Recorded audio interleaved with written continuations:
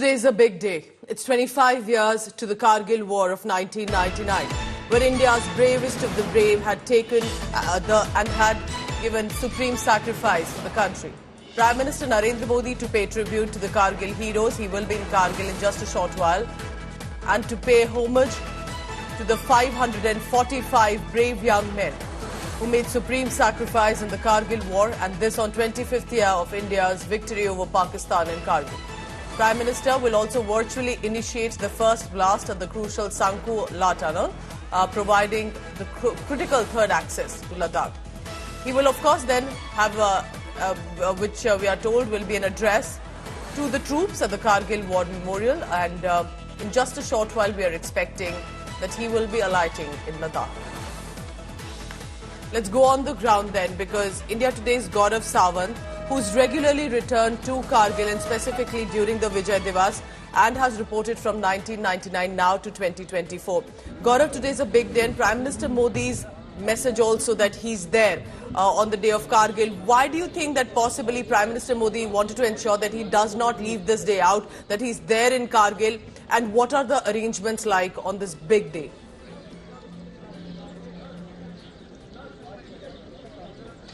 Pooja, hello and welcome to a special broadcast that comes to you from the Kargil War Memorial in Dras. This is where Prime Minister Narendra Modi will be arriving in a short while from now. And I want to show you, this is the memorial where the Prime Minister would be. Let me take you as close to the memorial as possible before the Prime Minister arrives. Of course, there are SPG restrictions here. So this is the place. Now, right now you hear military music in this place. Right now you see soldiers who are waiting for the Prime Minister's arrival, and that eternal flame that burns so bright here at Kargil. 25 years ago, you had Pakistani guns that were actually booming and destroying area all around. This is where, exactly at this location, you had Indian Army battalions that were trying to climb the Tololing feature and dislodge the Pakistanis. They had come so close. They were on this hilltop dominating National Highway 1 right here.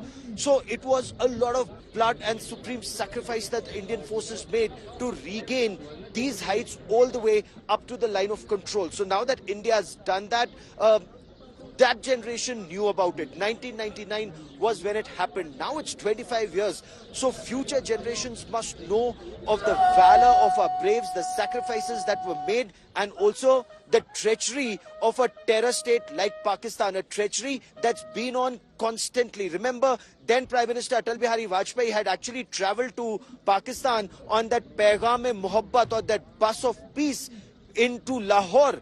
And that was the time that General Pervez Musharraf of the Pakistan Army had told his troops to start infiltrating into India. So that was the level of deceit. India went with the hand of friendship. Pakistan stabbed India in the back. And that continues till date. The terror that we see in Jammu region today is just another manifestation of Pakistan's treachery. So generations have to know the sacrifices that our braves have made. That's point one. But this isn't just about Kargil. It's also about connectivity. It's also about securing our nation. And how do we do that?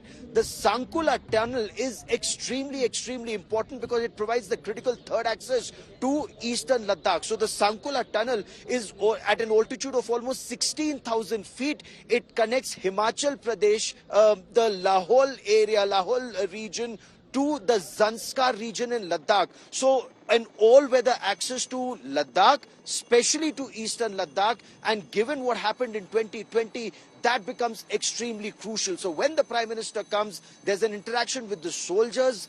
There's also development of the Ladakh region. So after action on Article 370 on the 5th of August in 2019, where Jammu and Kashmir and Ladakh were split into two union territories, development of Ladakh along with Jammu and Kashmir is also very, very high on the government's mind. And this all-weather connectivity, this tunnel at an altitude of 16,000 feet is very critical, Pooja. You know, what you said is very important, because for years these border areas were ignored, and perhaps it is time that they are also as developed, because China and Pakistan have clearly developed their borders. India finally is reaching their visuals there of 1999. Gaurav, I'll request you to stay on with me, because as India marks the 25th anniversary of the Kargil War today, Prime Minister Modi is going to be there at about 9:20 a.m.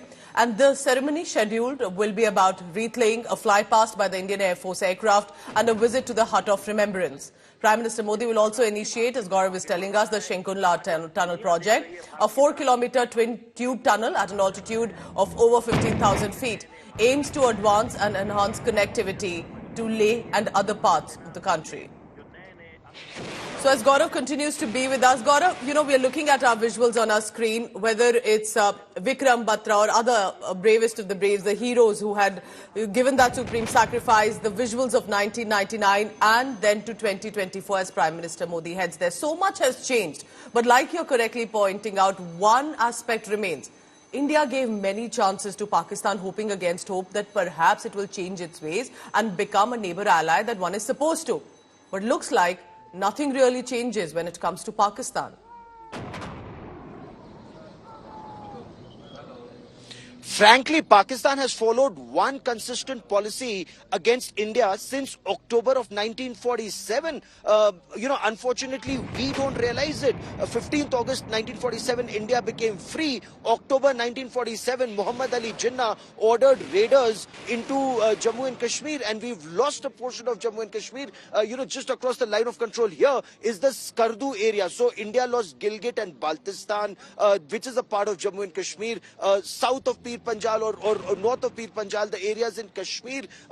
Pakistan attacked Zojila, which is barely some distance away from where I am standing right now. The very crucial battle for Zojila in 47-48, which India won. But, Pakistan wanted to cut India off completely. First in Ladakh and second time at Zojila, so that Indian forces could not even get into Jammu and Kashmir. So 1947 was the first Pakistani war against India, which ended in a stalemate because India decided to go to the United Nations. We could have recovered all of Jammu and Kashmir, is what several military analysts argue. Then again, you've had 65 war, 71 war. When Pakistan realized it could not defeat India in conflict, it resorted to terror in Punjab, in Jammu and Kashmir, and in other parts of our country. We've had terror attacks almost across the length and breadth of our country, including the attack on the Temple of Democracy, our parliament in 2001, the hijack of IC-814, in December 1999, the parliament attack, and yet,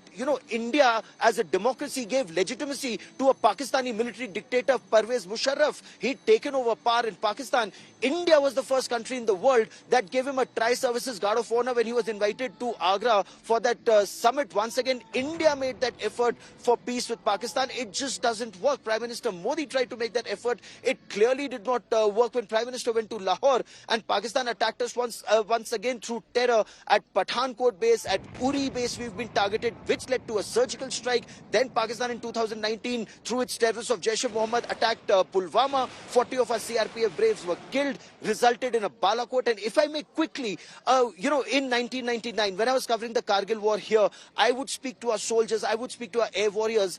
Then Prime Minister Atal Bihari Vajpayee had said Indian Air Force will use its fighter jets but will not bomb across the line of control. That was a very clear order. And while that may have been the requirement then in 1999, the consequences were the war lasted 2 months. Had we blasted Pakistani supply lines, Pakistani bases in Skardu, the war could have ended much faster, more lives could have been saved. But then remember, we'd done nuclear tests in 1998, there were global restrictions on India. Cut to Prime Minister Narendra Modi in 2019, when Pakistan did Pulwama, Indian Air Force fighter jets not only went across the line of control, they bombed across the international border in Balakot, in Khyber Pakhtunkhwa. So that's the change that's come in India. Now the Indian Armed Forces are very clear. I interviewed General Ved Malik, former Chief of Army Staff during the Kargil war, and his son, who's currently commanding the 8th Div here, Major General Sachin Malik. And the conversation is very clear. India is now far better prepared and far more aggressive in protecting India's national interest. And the list is long of all the treachery that Pakistan has done. And imagine all this effort for India to save its own territory. And that perhaps is a reminder of how difficult the circumstances have been sometimes at our border.